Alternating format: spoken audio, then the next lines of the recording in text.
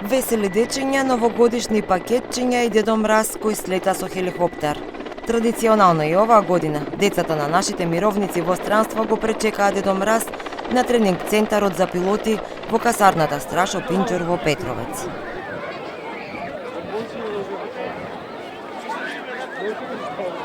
Да ми донесе кукла Зои, да ми донесе меко тефтерче со маче, да ми донесе едни лампиончиња за закачување за праење, да ми бидат украсни.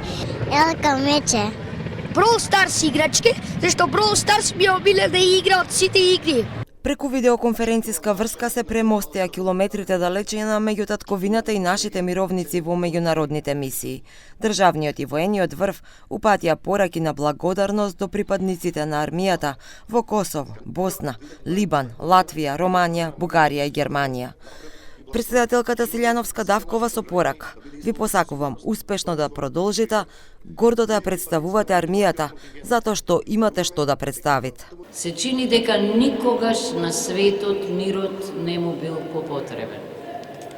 Но се чини и дека нашата вредност, вашата, на мировниците, ама и на македонската армија, никогаш не била повидлива. Нема место на кое што вие, нашите мировници, не сте рамноправно третирани. Министерот за одбрана Владо Мисајловски со порака: оваа средба не обединува како семејство. Празничните денови не потсетуваат колку е важно да бидеме заедно. Токму затоа, иако денеска сме физички оддалечени, оваа средба има особена тежина и значење зашто не обединува како едно големо семејство. Мојата порака до вас, нашите мировници, во регионот и пошироко, ви благодарам за вашата служба во името на мирот, безбедноста и сигурноста на секој еден од нас. Началникот на генерал-штабот генерал мајор Сашко Левчиски е уверен дека секој од мировниците ја извршува задачата крајно професионално. Тој се заблагодари на поддршката од председателката и министерот за одбрана.